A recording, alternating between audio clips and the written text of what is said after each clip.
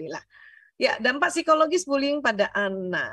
Ya, tadi sudah disampaikan ya bahwa bullying ini adalah kalau di kamus besarnya ini tadi ya, bahasa Indonesia sebagai perundungan ya atau penindasan atau intimidasi, karena bullying sendiri ini kan bahasa Inggris ya, artinya dia intimidasi ya.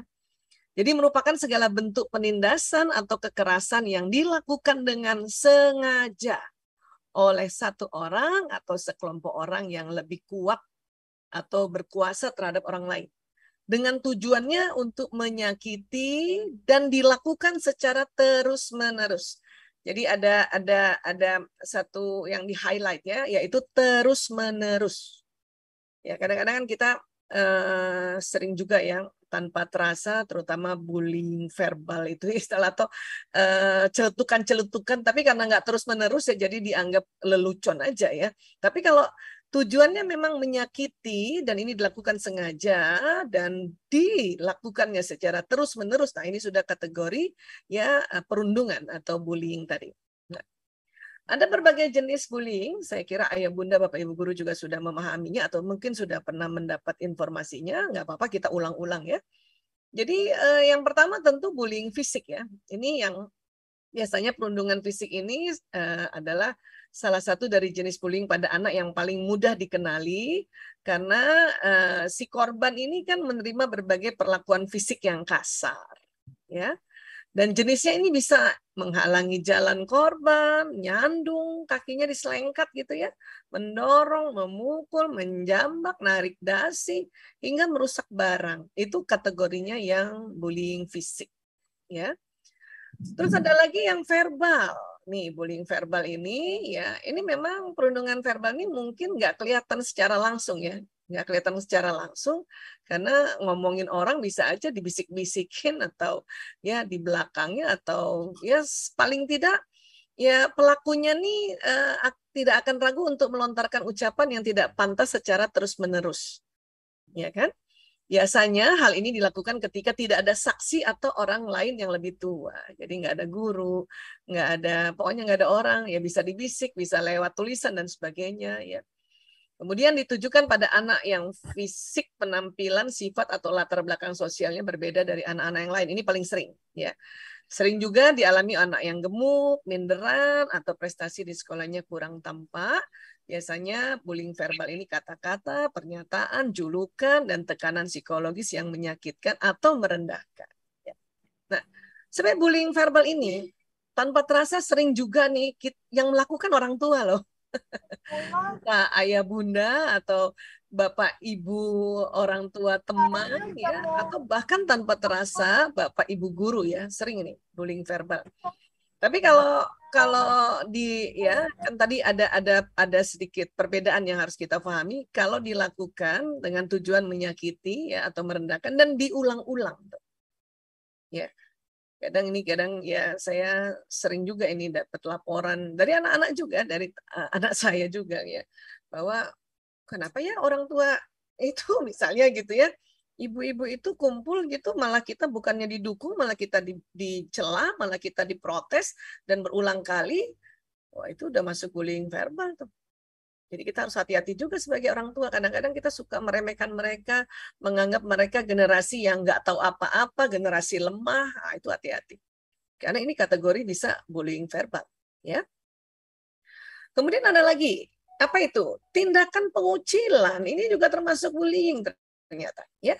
Jadi anak tidak disakiti secara fisik maupun verbal, tapi justru dimusuhi, diabaikan oleh lingkungan pergaulannya. Ya, kasihan ya.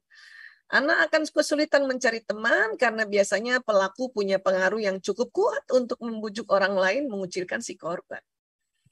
Ya, nah ini jadi yang ngajakin membuli nih tindakan pengucilan, ya dia juga ternyata anak yang vokal gitu ya, atau itu tadi pengaruh yang kuat membujuk yang orang lain, anak teman-teman lain mengucilkan si korban.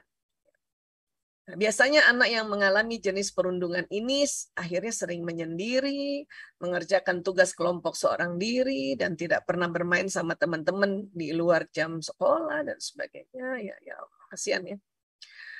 Ada lagi bullying dunia maya, cyberbullying. Aduh ya, ini cyberbullying ini memang tidak dilakukan di lingkungan sekolah atau kehidupan sehari-hari secara langsung. Ini kalau di era digital nih tambahannya nih bullying dunia maya ya. Kalau zaman saya sekolah itu bullying fisik dan verbal dan pengucilan itu udah ada. Cuman namanya dulu bukan bullying ya, Bu Umi ya. Namanya gencetan, ya, digencet ya istilahnya ya. Zaman dulu banget itu.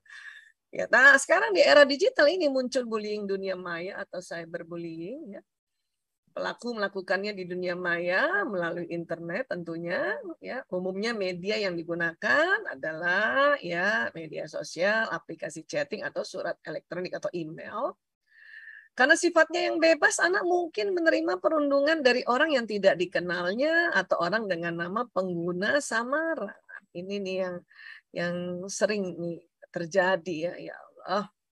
Perundungan yang terjadi biasanya berupa hinaan atau sindiran, ya, bisa juga berupa gosip tentang anak yang disebarkan melalui media sosial atau bahkan ya bullying fisik yang dilakukan oleh ya seseorang anak kepada korban itu direkam dan kemudian di-share ya. Ini astagfirullahaladzim, auzubillahi min dzalik, ini dampak dari cyberbullying. Nah, ciri-ciri anak yang menjadi korban cyberbullying adalah sering menghabiskan waktu di dunia maya tetapi tampak sedih atau tertekan setelahnya. Ya.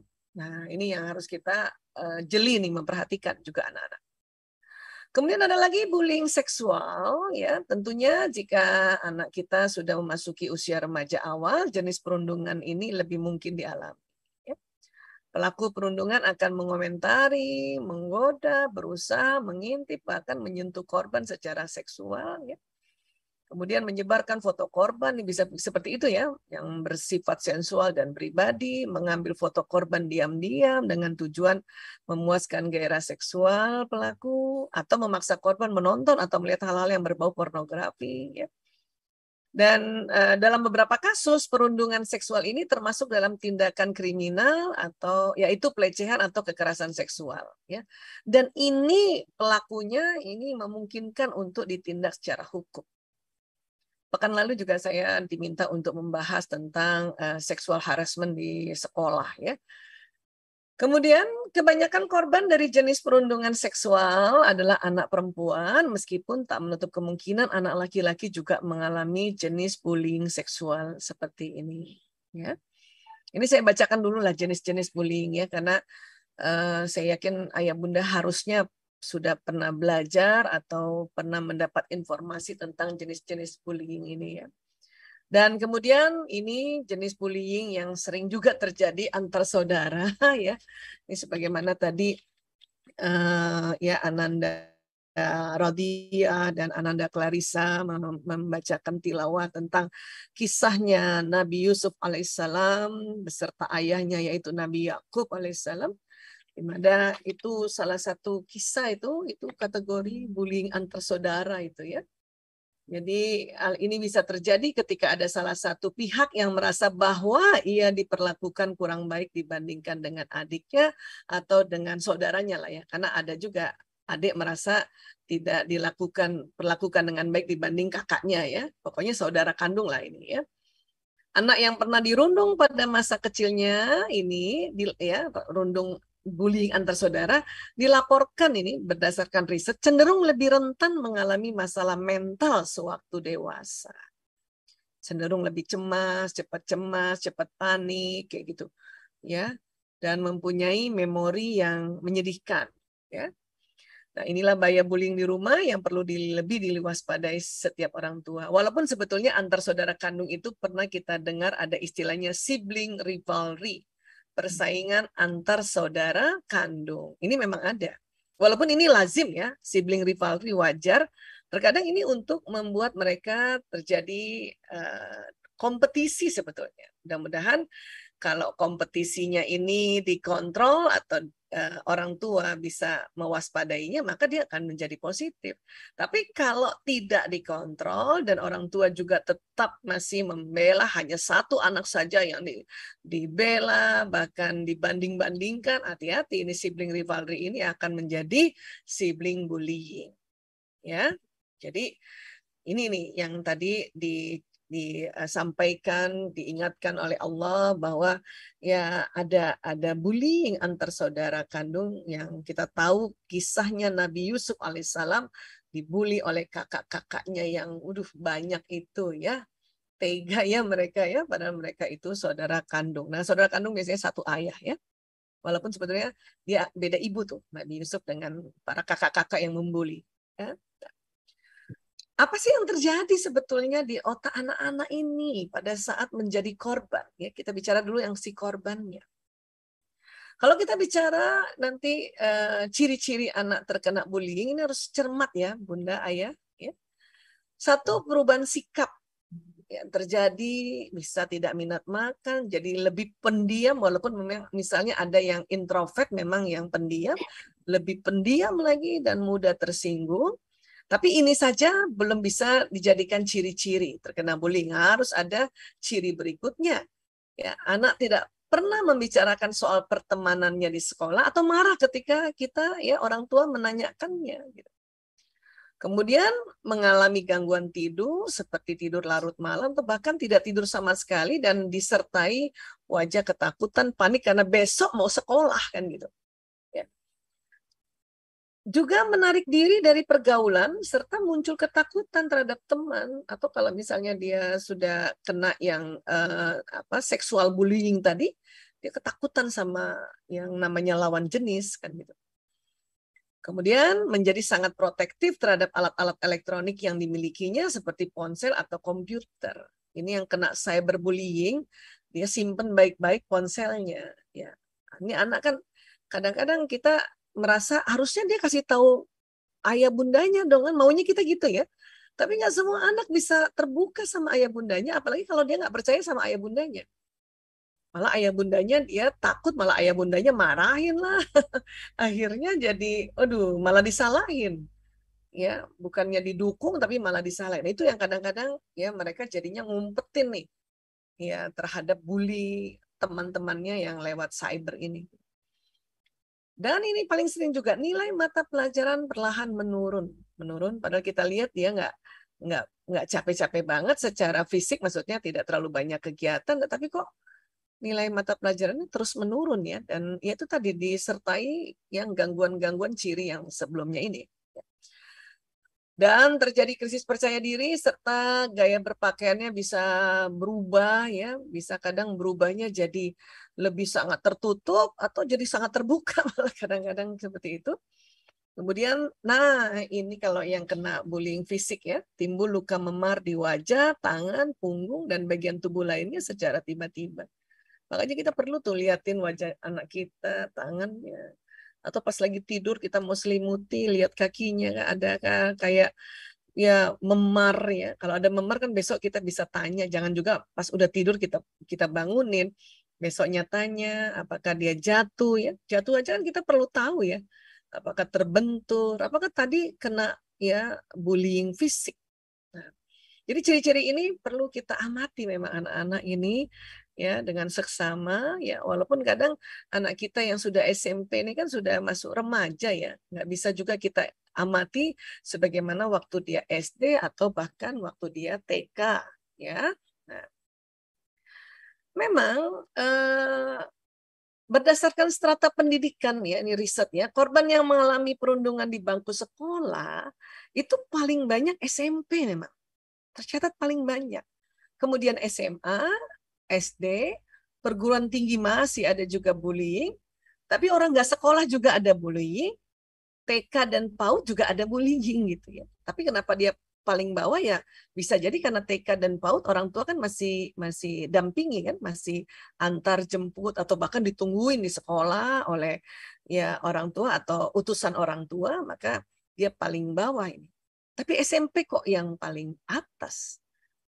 Maka saya ya Masya Allah ya, pada saat anak kita di SMP ini memang kondisi yang sangat luar biasa ya. Saya ingat sekali SMP Islam Al-Azhar 41 sudah juga kita membahas tentang masa remaja ya. Karena itu masa-masa yang unik, yang luar biasa, yang dimana di situ terjadi lonjakan hormonal yang membuat anak laki-laki menjadi sangat kayak raja karena testosteron meningkat, anak perempuan sangat kayak ratu karena estrogen meningkat. Nah, disinilah yang terjadi konflik-konflik ya. Untuk itu maka yang punya anak SMP ini harus betul-betul kita ya pandai-pandai mengamati mereka, mendampingi mereka dan bijaksana. Dan saya sangat salut pada guru-guru yang mengajar di SMP nih Bu Umi. Karena nggak mudah ini ngawasin anak SMP ya. Kita punya anak satu, anak SMP di rumah aja, kita harus jeli. Apalagi guru-guru yang satu kelas berapa orang. Di Al-Azhar 41 berapa orang Bu Umi? Satu kelas? Ada 20? Ada yang 25, ada yang 30. Oh gitu. Oh udah banyak tuh ya. Banyak Ya, itu. Wali kelas bingung itu satu wali kelas untuk menghadapi 30 anak. Masya Allah. Ya. Makanya kita beri semangat dulu nih buat ya guru-guru SMP khususnya SMP Islam Al-Azhar ya. 41 Sumarekon Serpong. Masya Allah. Ya. Baik sekarang dampak perundungan ya, dampak bullying ya. Ini banyak sekali, bukan hanya dari psikologis atau mental ya, tapi memang yang pertama mental ini atau psikologis. Ini ya post trauma syndrome disorder nih ya, PTSD. Ya. Ini bahaya banget ini, makanya kadang-kadang bisa aduh kalau nggak ditangani dengan baik maka ini akan jadi masalah berkepanjangan. Kemudian kehilangan percaya diri, ya, menarik diri dari kehidupan sosial itu tadi ya, kadang nggak mau sekolah, terus orang tua juga bingung kenapa sih nggak mau sekolah, ada apa gitu. Yang bahaya malah jadi penyalahgunaan obat-obatan karena secara mental psikologis tertekan ya. Dan depresi ini ada keinginan mencelakakan diri karena saking takutnya berkepanjangan, menjadi sedih berkepanjangan, menjadi apati, akhirnya depresi. Dan itu tadi ini nauzubillah min zalik bunuh diri, atau ada juga walaupun tidak bunuh diri, ya Allah, dia menjadi orang dengan gangguan jiwa atau muncul skizofrenianya. Ya, walaupun memang skizofrenia ini ada faktor dasarnya, ada faktor genetik yang namanya kepribadian skizoid. Tapi kepribadian skizoid itu kalau nggak ada tekanan-tekanan yang luar biasa, itu munculnya nanti kalau sudah tua di atas 70 tahun. Tapi gara-gara ada tekanan-tekanan termasuk bullying ini, penindasan, intimidasi, itu bisa muncul skizofrenianya di usia muda. Kasihan. Ya. Dan kalau udah kayak gini, aduh, ini orang tua kadang nggak bisa sendiri nih kalau udah dampak mental ini muncul, nggak bisa sendiri. Ini harus sama-sama tenaga profesional. Dan ini panjang ini, ya, panjang untuk menterapinya. Nggak bisa cuman 5 hari, 1 minggu, nggak bisa. Dia tahunan ini. Ya. Kemudian dampak fisiknya apa? Ini yang bullying fisik bisa luka, patah tulang karena diselengkat tadi kan, didorong dan akhirnya menjadi disabilitas. Ya, nah, ini yang dampak bullying seksual bisa hamil, nauzubillah min zalik. Ya, kadang juga belum sempat dilaporkan ke orang tua, keguguran karena ya sudah ada dibullying seksual, masih lagi dibullying seksual atau dibullying fisik, ya Allah. Dan kematian. Ya. Saya tuh kalau soal bullying tuh suka apa ya, aduh gemes banget ya. Makanya ini harus kerjasama antar kita orang tua, kemudian dengan sekolah, ya. Kemudian ya khususnya yang bullying seksualitas ini nih ya ini luar biasa ini. Saya cerita ini karena sekarang anak-anak kita kan tentu sudah balik ya di SMP. Tentu ada sindrom trauma pelecehan dan perkosaan ini nauzubillah min zalik semuanya ini Masya Allah yang ini dikhawatirkan juga karena sering juga terjadi ya ada infeksi menular seksual. HIV AIDS juga karena kita nggak tahu orang HIV AIDS yang ada di dalam dirinya ya ada virus HIV kemudian melakukan bullying seksualitas akhirnya menular karena lewat hubungan intim ya. Dan bisa juga misalnya nyeri di daerah organ genital pada anak perempuan ini bahkan juga pada organ genital pada anak laki-laki yang dipaksa untuk sodomi dan sebagainya ya nauzubillah min dzalik. Dan ya pada anak perempuan ya Allah robeknya selaput darah vagina dan otot-otot vagina yang mengejang jadi sakit sekali. Ya, ini saya khususan ini dampak yang perundungan seksual ini, yang tadi bullying seksual. Ya, ini karena aduh bahaya banget. Ya. Kemudian dampak ekonomi, oh jelas. Biaya perawatan kesehatan fisik dan mental dari dampak-dampak ini nih panjang. Tadi saya bilang, yang ngobatin secara psikologis ini panjang. Ya, dan kalau kadang nggak bisa sendiri orang tua, kalau masih orang tua bisa sendiri, alhamdulillah. Tapi kadang nggak bisa dan perlu ditemani para profesional, dan itu ada biayanya memang, karena nggak mudah untuk mendampingi anak-anak yang dampak mentalnya, belum lagi yang dampak fisiknya yang cedera dan sebagainya, harus operasi ya. Ya. Nah, kehilangan kesempatan untuk bersekolah karena udah nggak mau sekolah ya. Dan biasanya untung sekarang ada jalan keluar, yaitu homeschooling ya. Dan tentu kalau misalnya kita mau proses ke hukum, ya ada lagi itu biaya proses hukum. Ya, dan itu nggak sedikit, besar. Orang tua bisa saling bertengkar dan lain-lain. Ya. Jadi ini dampak perundungan ini nanti nyaris sama dengan dampak kekerasan nantinya. Ya, dampak kekerasan, dampak seksual harassment ya, karena tadi seksual harassment bisa masuk juga dari jenis perundungan ini, dari jenis bullying ini gitu. Ya. Nah, oke, kalau dari sisi ilmu neuroscience atau ilmu otak ya, Allah kan ciptakan otak manusia, ada otak besar dan ada otak kecil, kemudian terbelah dua, ada belahan kanan dan belahan kiri ya. Kita pernah belajar juga waktu itu di dalam otak itu ada neuron sekitar 100 miliar, dan satu neuron ya cara kerjanya seperti satu komputer yang tercanggih di zamannya gitu. Ya. Artinya apa? Neuron atau sel otak anak sekarang ya itu mudah sekali menyimpan informasi, menyimpan data-data gitu. Jadi kalau misalnya dia mendapati pengalaman bullying, kekerasan dan sebagainya ya, sesuatu yang negatif, itu tersimpan di otaknya itu bisa lama sekali, bisa lama. Dibanding otak generasi saya yang generasi X atau yang di atas saya yang baby boomer. Ya. Justru memang otak mereka yang canggih ini ya itu gampang sekali ya, selain tadi menyimpan data, menyimpan informasi dan sangat-sangat teringat ya, rentan juga terhadap hal-hal yang bisa membuat dia luka atau memar atau ya pecah dan sebagainya. Ya, ini kasihan ya anak-anak. Tapi jangan salah, otak mereka tuh canggih sekali. Sehingga kalau mereka diajarkan sesuatu, mereka ngerti.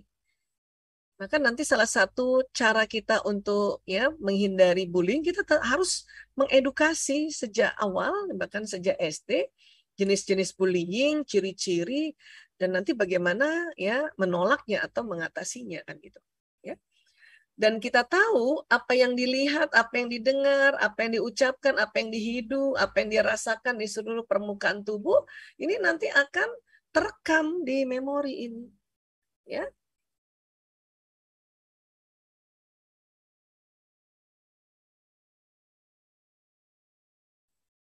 Ya, 1, 2, 3. Ya. Nah, ini. Jadi tersambung-sambung ini. Jadi membentuk memori ingatan. Nah, pada saat otak menerima atau mengalami sebuah peristiwa yang mengikat emosi, maka sambungan neuronnya itu sangat kuat ya. Sangat kuat. Inilah yang nanti menjadi sambungan trauma tadi. Sangat kuat ikatannya. Karena setiap peristiwa yang dilihat, didengar, ya kan, kemudian dia rasakan di seluruh permukaan tubuh, itu mengeluarkan neurotransmitter yang jenis kesedihan, ya, ketakutan, kekhawatiran, kecemasan, bahkan kemarahan, itu akan mengikat. Ini sambungannya akan terikat kuat. Dan tadi kalau berulang-ulang dilakukan, maka sambungan di otak berulang-ulang. Jadi di anak trauma berulang-ulang. Ini yang bahaya banget nanti ini. Ini nanti tersimpan di otaknya, sehingga itu tadi muncul ya tindakan-tindakan yang nggak mau sekolah, ketakutan, ya. Yang lebih bahaya lagi, di bawah sadarnya tersimpan memori ini dan dia bisa melakukannya lagi kepada orang lain. Gitu. Jadi terkadang ada anak-anak yang menjadi pelaku bully, itu ternyata pernah dibully juga oleh orang yang lebih dewasa. Ya, jadi tersimpan di otaknya. Ya, dan dia tentu dia belum memaafkan atau tidak memaafkan atau tidak diterapi, dia melakukannya lagi pada orang lain. Itu sering terjadi karena ini, ya ikatannya kuat banget ini, sambungan-sambungan ini. Bahkan sambungan ini nggak bisa dilepas sama sekali kalau sudah terjadi sebuah trauma, nggak bisa. Hanya ikatannya dikendorkan saja. Itu juga panjang prosesnya, ya. Nah, ini mengapa dampak mental atau psikologis ini luar biasa. Kemudian, ya, kenapa saya bilang ini terikat dengan emosi? Karena di otak manusia itu, di tengah otak ada otak emosi. Sering disebut namanya sistem limbik. Nah, ini ya, ini otak besar, ini otak kecil, ini dia nih, sistem limbik ini, otak emosi ini. Ya. Nah, sebetulnya sistem limbik, otak emosi manusia ini, Allah sambungkan dengan yang namanya batang otak ini. Ya. Limbik system ini sering disebut otak mamalia. Ya, mammalia's brain, kalau yang batang otak ini otak reptilia. Jadi sesungguhnya memang di tengah otaknya manusia itu otak binatang. Ini makanya Allah wanti-wanti kita untuk harus pandai mengelola kita punya ya nafs ini, hawa nafs, agar ya derajat kita tidak turun di bawah binatang. Karena ini ada otak mamalia dan ada otak reptilia. Ya. Seorang anak bisa derajatnya turun di bawah binatang karena perlakuan-perlakuan sekelilingnya, lingkungannya. Ya, bahkan mungkin ada perlakuan-perlakuan yang tanpa kita sadari pada saat jadi orang tua, kemudian lagi perlakuan-perlakuan sekelilingnya ya di sekolah, maka tadi disampaikan oleh Pak Agus ini betul-betul masalah bullying jadi satu perhatian yang luar biasa. Ya. Perhatian luar biasa oleh pemerintah. Makanya, wah, saya ini sekali ya, sangat-sangat salut dan sangat respect kalau sekolah-sekolah memperhatikan ya masalah bullying ini. Dan harus bijaksana, memang harus bijaksana. Maka sekolah bekerja sama sama Jami'iyah. Ini benar-benar Jami'iyah sebagai wakil dari kita, orang tua. Allahu Akbar, ini kerjanya cukup berat ya, Ibu Hamdayani dan kawan-kawan ya. Iya. Baik, saya ingin sampaikan lagi, ya ini memang saya sedang sosialisasikan, di otak kita ini, otak manusia ini, tadi ada limbic system atau otak emosi ya, ada bagian yang saya mau perkenalkan namanya amigdala. Amigdala ini ada dua, kanan kiri, dari otak kanan satu, dari otak kiri satu. Jadi kalau kita tunduk, ini ada amigdala di sini, ya. Nah, di amigdala ini sendiri di dalam rangkaian otak emosi inilah nanti yang memproses ya kesedihan, ya memproses ketakutan, kecemasan, kekhawatiran, kemarahan, ini dia di sini amigdala. Karena nanti ada bagian dari limbic system ini yang memproses emosi yang nuansanya energi positif. Semangat, ya, senang, tenang, damai, kemudian acceptance, bersyukur, ya, dan enlightenment ya ada. Ya, nah, jadi di sisi lain juga ini amigdala inilah nanti yang menyimpan memori-memori kecemasan, kekhawatiran, ketakutan, kesedihan, kemarahan di sini. Jadi si amigdala ini lokasi tersimpannya sad, fear, and angry memory. Jadi pada saat anak kita sudah kena bullying dan belum lagi bilang sama kita, belum berani speak up pada kita, ini maka di sini nih ya tersimpan di sini. Sampai kapanpun tersimpan di sini. Ya, dan masih akan sangat nyala ya atau aktif pada saat belum lagi tertangani gitu. Ya. Nah, di mana sih amigdala ini? Nah, kalau kita posisinya lurus kayak gini, Bu Umi ini ya di atas alis kita ya, pertemuan titik antara di atas alis dengan di depan telinga itu. Amigdala. Di dalam ada dua itu.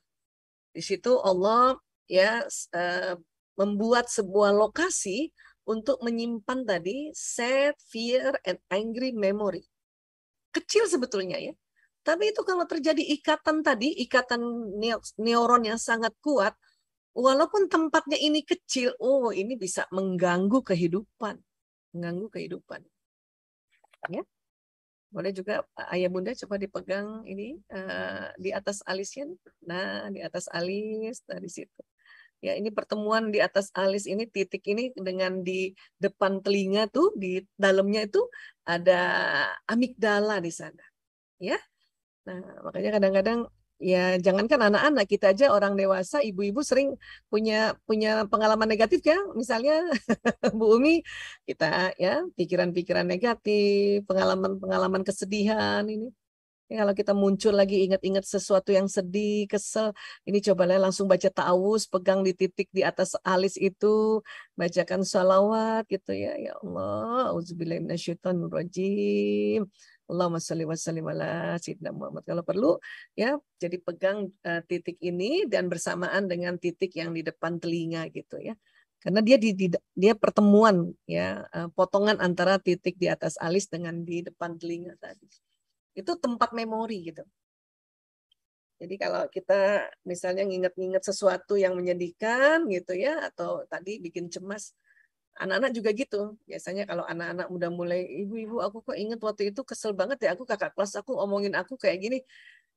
Ya, salah satunya nanti kalau dia sudah cerita ya, karena cerita juga salah satu teknik untuk merilis ya sumpeknya emosi mereka. Ya setelah itu ya kita pijet ya bagian matanya itu tadi. Nah ini amigdala. Dan tentu supaya anak-anak juga ya tahu tentang yang mana sih bullying itu. Jangan sampai dia sudah dibully tapi dia nggak ngerti bahwa itu kategori bullying ya. Maka memang kita harus isi otak mereka di bagian akalnya ini. Karena untuk di otak yang bagian depan dia di belakang dahi ini adalah lokasi akal, di mana di sini akan ada proses ya analisa dan sintesa. Ya, di sini neuron-neuronnya juga ini terjadi sambungan. Maka inilah kita kasih informasi, ya. Jadi informasikan tentang jenis-jenis bullying, ya, bahayanya bullying dan cara menghindarinya. Nah, kita harus ajarkan memang. Tentu selain itu, ya di otaknya anak-anak inilah kita ya ya masukkan atau isi otak mereka dengan mengaji dan mengkaji apa yang Allah mau gitu.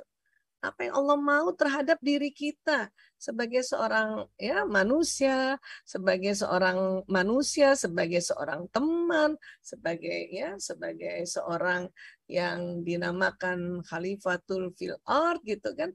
Apa sih yang Allah mau? Ini harus disampaikan. Dan mengetahui apa yang Allah mau itu kan harus baca Quran. Ya. Makanya kita sekarang karena Ananda sudah remaja, kadang informasi nggak bisa dari ayah bunda saja. Perlu bantuan orang tua di luar ayah bunda. Inilah Bapak Ibu guru membantu kita. Untuk ini tadi, mengisi otak anak kita ini tentang tuntunan-tuntunan. Gitu. Sehingga anak-anak yang berpotensi menjadi pelaku bully, nggak jadi gitu. Karena takut. Ya. Memang Bapak Ibu guru nggak lihat, ayah bunda nggak lihat, tapi Allah Maha melihat. Itu memang harus diulang-ulang. Karena ilmu memang harus diulang-ulang. Tuntunan yang kita jelaskan harus diulang-ulang. Gitu. Ya. Nah ini memang makanya bersyukur banget kita bisa bersama-sama Bapak Ibu guru di sekolah yang jelas-jelas sekolah Islam yang belajar tentang Al-Quran, mempelajari tentang apa yang Allah mau. Ini penting sekali, penting sekali. Ya. Bahkan nantinya pada anak-anak yang ini kan amigdala ya, anak-anak yang memorinya sempat juga mungkin dia pernah dibully sebelumnya oleh angkatan sebelumnya kah atau orang dewasa sebelumnya ya, karena sudah mulai otaknya terisi ya tentang memaafkan atau ya tadi ya minta maaf dan sebagainya, dan pokoknya sudah mulailah nih isi otaknya nih akalnya dengan kebaikan-kebaikan, maka pesan-pesan atau memori yang di amigdala ini ya bisa tidak diakses gitu karena sudah dimaafkan gitu kan. Tapi itu nggak mudah, terus terang nggak mudah, benar-benar nggak mudah. Kami saja untuk menterapi anak-anak yang korban bullying, aduh itu cukup panjang itu, cukup panjang. Minimal sekali 6 bulan, minimal sekali itu. Dengan berbagai macam teknik, ada cognitive behavior treatment, ada hipnoterapi lah, ya. Wah itu tuh karena untuk membuka ikatan memori ini yang ada di amigdala itu sangat sulit karena sangat terikat kuat. Kalau ibarat tali itu terikat kuat, makanya harus membukanya berbagai macam cara. Ya. Nah. Kemudian yang ingin saya sampaikan tadi ya, kalau kita isi otak ananda kita, diharapkan ini ibarat rem ya, ini rem. Jadi di memori-memori angry, fear, and sad di sini tidak lagi terakses dengan gampang, malah tersimpan rapi saja filenya. Bahkan mungkin karena sudah lama, jadi sudah ya tidak perlu diakses ulang lagi gitu. Tapi tadi ikatannya harus dilepasin dulu. Tidak bisa juga disimpan dalam kondisi ikatan yang terikat kuat tadi. Karena belum diterapi. Ini nyala nih, bisa bawah sadarnya. Dan amigdala ini kan bagian dari emosi. Ya. Sebetulnya Allah sudah berikan juga ya satu tadi yang saya bilang batang otak atau yang disebut ya otak reptil. Di mana batang otak ini Allah ciptakan untuk menjaga diri manusia dari bahaya. Makanya kalau kita kena bahaya, itu batang otak tegang, itu yang dilakukan fight or flight, serang atau lari. Termasuk nih kena bully kita. Batang otak itu biasanya serang atau lari. Maka ini perlu kita sampaikan pada anak-anak bahwa kalau kamu misalnya dibully dan kamu lari, itu bukan pengecut. Itu adalah ya untuk kita menyelamatkan diri karena itu kerja batang otak yang Allah sudah taruh di otak manusia dan fight or flight. Bahkan waktu kita serang juga untuk menyelamatkan diri kita itu juga tidak mengapa karena kita betul-betul diserang juga oleh para pelaku bullying dan membahayakan diri kita. Tapi ini harus hati-hati juga nih. Kadang si anak yang menyerang karena si korban ini menyerang malah kena fitnah. Ini hati-hati sekali ya. Maka saya sarankan untuk sekolah-sekolah yang baik CCTV pasang di mana-mana itu. Ya. Memang kecuali ya memang di dalam kamar mandi, padahal di kamar mandi itu juga yang paling sering terjadi itu. Ya, paling enggak pintu keluar kamar mandi itu pintu keluarnya ya ada CCTV jadi kelihatan kalau nanti ada apa-apa keluar masuknya jam berapa dan terjadi. CCTV ini sangat membantu kita untuk mendeteksi. Bahkan memang harus ada yang kontrol di layar CCTV di beberapa kamera itu untuk ngeliatin aja gitu. Ya. Karena kadang-kadang kita ya sering kena juga fitnah nih padahal dia korban karena secara otomatis batang otaknya menyerang gitu. Ya, fight or flight ini sering juga kita terlindungi dari serangan dari binatang buas misalnya. Ya diserang anjing kan, makanya kita hush, itu fight namanya. Atau kita lari aja kalau kita tahu anjingnya gitu. Ya, atau misalnya kita kena kekerasan yang di luar rumah misalnya begal dan sebagainya, maka kadang-kadang ya badan kita ini fight, kita serang. Ini memang otak reptil. Ya, contoh ular ya. Ular itu kan dia bukan marah itu kalau dia matok itu karena dia fight. Dan biasanya kalau sudah dekat antara korban dan si pelaku yang mau menangkap ular akan fight, maka dia akan dipatok, itu fight. Tapi kalau ular masih jauh dengan sumber bahaya, dia flight, dia lari. Ya. Saya juga sampaikan sama anak-anak saya, nak, kalau kamu dibully atau ada kekerasan dan kamu lari, itu bukan pengecut. Ya. Itu kamu betul-betul sedang ditolong oleh Allah. Lewat bantuan batang otak yang Allah ciptakan di otakmu, nak. Larilah, nak, larilah. Atau injak kakinya, larilah. Kita ajarin juga begitulah. Ya. Nah, tapi saya sampaikan pada anak-anak ya untuk segera cerita sama ibu, atau kalau itu di sekolah ya segera temui guru yang kamu betul-betul kamu rasa memang ya untuk bisa diajak cerita gitu. Sekarang kan alhamdulillah sekolah-sekolah ada guru ya BK-nya ya, dan di sini guru BK betul-betul berperan sangat bijaksana, harus sangat bijaksana. Memang nggak bisa satu, karena satu untuk menghadapin ratusan anak ya nggak mungkin. Ya, tim guru BK ini harus banyak, minimal 5 sebetulnya. Sebetulnya ya, kalau sekolahnya anak muridnya banyak. Ya, jadi Allah sudah kasih ini. Bu Aisyah, biasanya anak-anak yang pelaku bullying, kayaknya anak-anak yang wataknya ekstrovert ya. Biasanya, karena ini watak ini kan ada di sini nih, di otak. Mereka yang di bagian paretalis. Ya, dan watak ekstrovert apabila berkaitan dengan emosi, itu dia punya temperamen yang temperamen itu tadi ekspresif. Ya, makanya dia bisa membentak temannya, menghardik atau memukul. Ya, jadi watak ini mempengaruhi juga terhadap ya bagaimana dia memanage emosinya atau memanage temperamennya. Kalau anak introvert biasanya yang sering jadi korban bullying. Karena introvert, dia cenderung pendiam, pengamat gitu. Dan dia ya anak introvert ini memanage emosinya secara ya itu tadi supresif. Ya, menekan, nahan, nekan.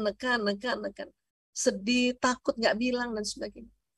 Ada lagi watak yang disebut ambivert. Nah, ambivert ini ya bisa dua nih. Ada yang anak-anak ambivert ini bisa jadi pelakunya atau bisa jadi korbannya atau bisa menjadi timnya itu gitu tuh ambivert. Ya, nih watak berkaitan sekali juga dengan emosi ya. Nah, ini. Jadi yang kalau kita lihat anak kita juga harus tahu nih watak anak kita apa, dan kira-kira kalau misalnya kita tidak menjadi orang tua yang bijak, apa dampaknya ya mulailah kita juga mengerti lah, belajarlah tentang watak. Nah, agar emosi mereka, temperamen mereka, kemudian juga ya masa remaja mereka di mana hormon sedang naiknya, maka kita temui juga apa bakat mereka untuk disalurkan. Karena sekolah-sekolah yang tidak memperhatikan bakat atau tidak memperhatikan ekskul, ya tidak memfasilitasi ekskul, itu mereka akan terpendam bakatnya, tidak ada penyalurannya. Ya, itu akhirnya emosi mereka ini sebagai ya pelaku bullying dan ada yang menjadi korban itu yang terjadi. Gitu. Makanya sebetulnya waktu sekolah secara daring ya Bu Umi, itu anak-anak introvert itu bahagia loh sebetulnya. Karena paling tidak berkurang itu bullying yang fisik. Walaupun tidak bisa aja kena cyberbullying, tapi yang fisik itu loh berkurang jadinya. Karena rata-rata yang kena korban bullying kan yang introvert. Di mana waktu pandemi kemudian sekolah daring mereka alhamdulillah jadi nggak kena. Ya. Mungkin kalau misalnya verbal bullying ya mereka tutup aja HP-nya, bisa aja kayak gitu kan. Nggak pakai dia nggak mau pakai HP. Misalnya gitu. Ya. Nah, Bu Aisyah bukannya anak-anak juga udah diisi ya ilmunya di otaknya tentang bagaimana dia menghindar. Iya, tetapi ya dari otak ke badan ini ada namanya sistem saraf. Sistem saraf ini kerjanya kayak kabel listrik. Dia membawa pesan yang dari otak. Nah, kemana? Ke badan. Membentuk perangai, membantu action, membentuk perilaku. Ya, nah ilmu kan ada di sini, ya, ada di akal sini. Tetapi yang pertama kali memerintahkan sistem saraf ini batang otak. Fight or flight, ya, serang atau lari kan. Ya. Dan kemudian ada namanya otak emosi. Ya, marah, takut, sedih dan sebagainya. Ini otak emosi di sini. Ilmunya kan di sini kan, ilmunya di sini. Maka kadang-kadang anak-anak juga ya walaupun misalnya sudah dikasih tahu ya pokoknya kalau nanti ada yang bully kamu bilang sama bunda ya, itu kan ilmunya di sini. Ya. Tapi itu tadi kadang mereka ya batang otak ini kerja duluan. Sehingga ayah bunda yang anaknya jadi korban bully dan kemudian tidak bilang bapak ibu dan dia bertindak sendiri, serang atau lari, itu harus dimengerti. Kenapa? Karena batang otak ini ngasih perintah pertama dibanding si akal. Karena posisi akal itu ya untuk memberikan perintah ke sistem saraf dia ketiga. Saya kalau anak-anak misalnya ada juga anak saya yang nomor 4 itu ya pernah kena bully, baik bully di sekolah maupun bully di rumah ya, karena dia anak saya yang keempat ini kan kakak-kakaknya laki semua ya. Nah, ini selain dia memang wataknya watak anak-anak damai ya, ada introvertnya, ada ambivertnya, damai dan apa ya, bahagia ya. Kasihan juga dia tuh. Nah, kemudian pada satu ketika ya dia lari misalnya dari bully temannya gitu. Saya tidak meremehkan dia gitu. Saya nggak boleh kita bilang, harusnya kamu lawan aja. Nggak bisa gitu. Karena lari atau flight itu salah satu ya wujud dari menyelamatkan diri. Malah harus bilang, bagus nak, bagus nak. Alhamdulillah kamu bisa lari. Iya Bu, aku lari aja Bu. Iya nak, iya nak. Jadi harus dikasih tahu itu. Kasih tahu. Karena bukan apa-apa, memang kita banyak ngasih tips di sini. Tapi kalau lagi tegang, siapa yang bisa ingat itu? Tips-tips yang dari orang tua kita, nggak bisa. Nah sekarang Bu Aisyah kalau dia sedang ingat di amigdalanya jadi ketakutan, ya akhirnya nggak mau ke sekolah dan apa ya kita harus ngerti juga. Maka kita bantu dia dengan tenangkan diri dulu, tenangkan diri. Makanya teknik-teknik untuk ya ananda kita mengelola emosinya tadi supaya amigdalanya tidak terakses, tenang nak, tenang, ya tarik nafas panjang, buang gitu, ya, relax, katakan relax nak, tenang, jadi gitu. Bahkan sebetulnya orang tua yang harus tenang duluan, karena kadang-kadang kita saking gemesnya sama anak-anak, ya, kepengen dia sekolah tapi dia sudah cerita bahwa dia kena bully. Tapi ibunya masa gitu aja takut? Nah, karena ibunya kan wataknya mungkin beda sama anaknya. Anaknya introvert, bunda yang ekstrovert. Bunda emang nggak takut, anak takut. Apalagi di amigdalanya ini sudah ada memori-memori ketakutan, kecemasan. Ya, maka bikin dulu tenang ya, tenang nak. Tanya lagi, masih takut apa nak? Gitu. Takut apa ya nak? Bunda aku gini, dia cerita lagi kan. Ya. Misalnya gitu kan. Nah, ini yang kita harus dengerin dulu. Ya, dengarkan, kemudian ya tanyakan lagi, ya, memangnya siapa nak, boleh tahu nggak ya nak? Tanya. Kalau dia bilang, jangan Bunda, nanti aku tambah dimarahin. Nah, misalnya gitu kan. Ya sudah, ya. Tapi kalau kamu udah berani bilang ya gitu tuh. Untuk ngobrol-ngobrol kayak gitu supaya anak bisa rileks. Sehingga nanti kita bisa nasihati, masuklah di akalnya dia nanti, sehingga nanti itu juga jadi pegangan untuk harus gimana si anak kalau nanti dia kena bullying kan. Ya. Kemudian kita setelah anak tenang, karena anak-anak kita ini kita harus ingatkan, nak, kenapa nak? Kamu ada rasa takut? Iya Bunda, aku takut.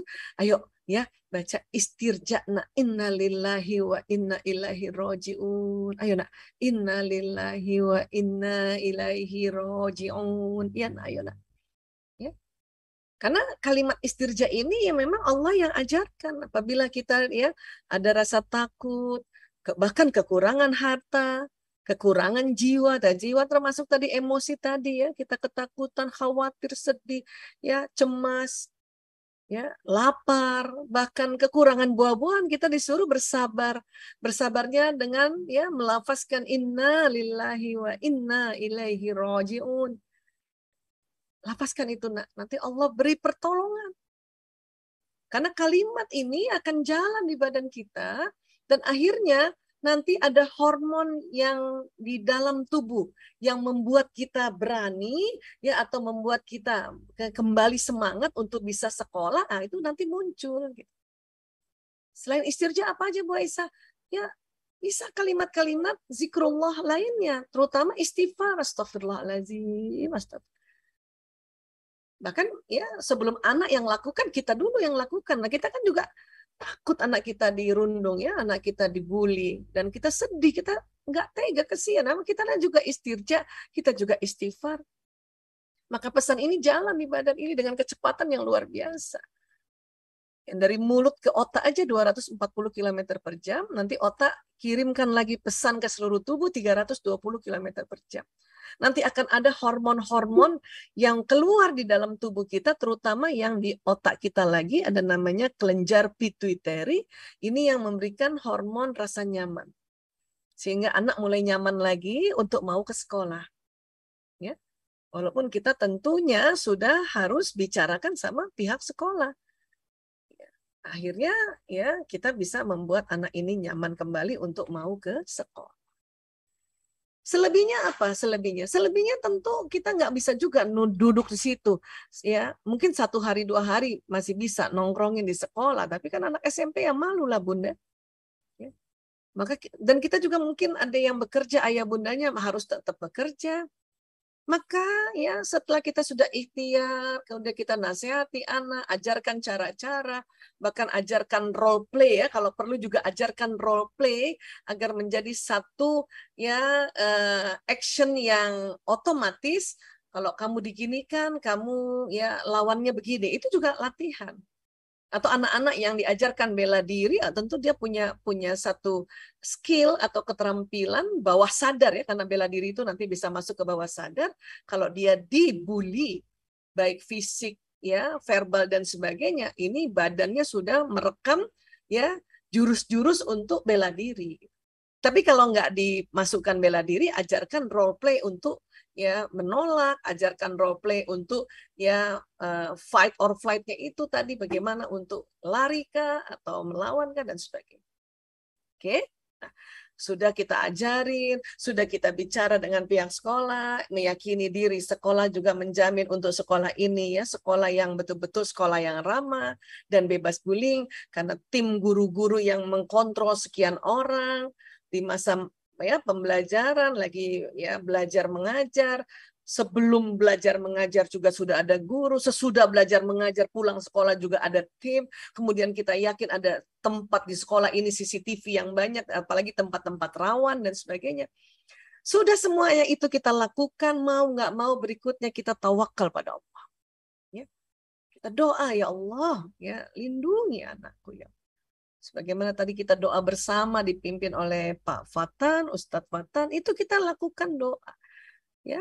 Dan pada saat kita berdoa itu keluar doa kita itu. Ya. Lewat mana? Lewat tubuh manusia yang mana? Yang ini, badan bioplasmik. Saya sering sekali sosialisasi bahwa tubuh manusia bukan hanya yang seluler, tapi ada bioplasmik. Ada gelombang elektromagnetik yang keluar dari seluruh tubuh lewat pembuluh meridian. Pembuluh meridian ini ada di bawah kulit. Dia berputar dia, ya, bertawaf. Ya. Salah satu kenapa kita diminta oleh Allah setiap hari beribadah, khususnya wudhu dan sholat itu, agar putaran ini berputar dengan baik. Karena dia akan mengeluarkan sinyal. Ya. Dan pada saat kita lafazkan doa, ya Allah, saya mohon ya Allah lindungi anakku, Fulan bin Fulan, maka kalimat itu kan jalan lewat sistem saraf. Bukan hanya di badan kita dan akhirnya tubuh kita tenang karena kita berpasrahkan pada Allah setelah kita melakukan ikhtiar-ikhtiar. Tapi pesan itu pun akan keluar lewat badan kita, yaitu lewat sinyal tadi. Makanya itulah doa nih. Keluar doa itu. Dan sinyal ini karena tadi kita sebut anak kita Fulan bin Fulan, dia menuju anak yang kita sebut tadi. Sehingga kalau kita lihat ilustrasi secara gelombang ya seperti ini. Kita diminta perkuat doa dan niat baik serta jaga prasangka juga. Jangan juga terlalu berprasangka. Aduh, nanti di sekolah anakku dibully. Nanti ini. Itu hati-hati, prasangka itu bisa narik ya. Gelombang elektromagnetik manusia ini membroadcast doa, niat dan prasangka. Maka mending kita doakan. Bahkan Rasulullah mengatakan doa itu senjata orang mukmin, tiang agama, serta cahaya langit-langit dan bumi. Kita juga ajarkan sama anak-anak, ya doa nak. Setiap berangkat sekolah doa, jadi Allah jauhkan dari orang-orang yang mau membuli doa ya nak. Karena itu senjata kita nak. Dan kalau kita sedikit-sedikit berdoa, berarti agama kita tegak, tiang agamanya tegak nak. Dan rupanya kalau kita berdoa, ada cahaya ini bisa sampai langit dan seluruh bumi. Maka afdol nanti insya Allah doa kita ini. Apalagi doa ibu terhadap anak, doa ayah terhadap anak. Allahu Akbar. Ya. Dan kemudian manusia adalah magnet dan setiap detil peristiwa yang dialaminya datang atas daya tarik undangannya sendiri. Hati-hati juga. Kalau kita ketakutan anak dibully, maka hati-hati, itu akan terjadi loh. Ya, ini sampaikan juga pada anak. Ya, makanya kalau ada takut segera istighfar, nak, ta'awuz, nak, ya, khawatir, ya, istirja lagi, nak, takut, khawatir, istirja lagi, nak, gitu. Kita juga sama.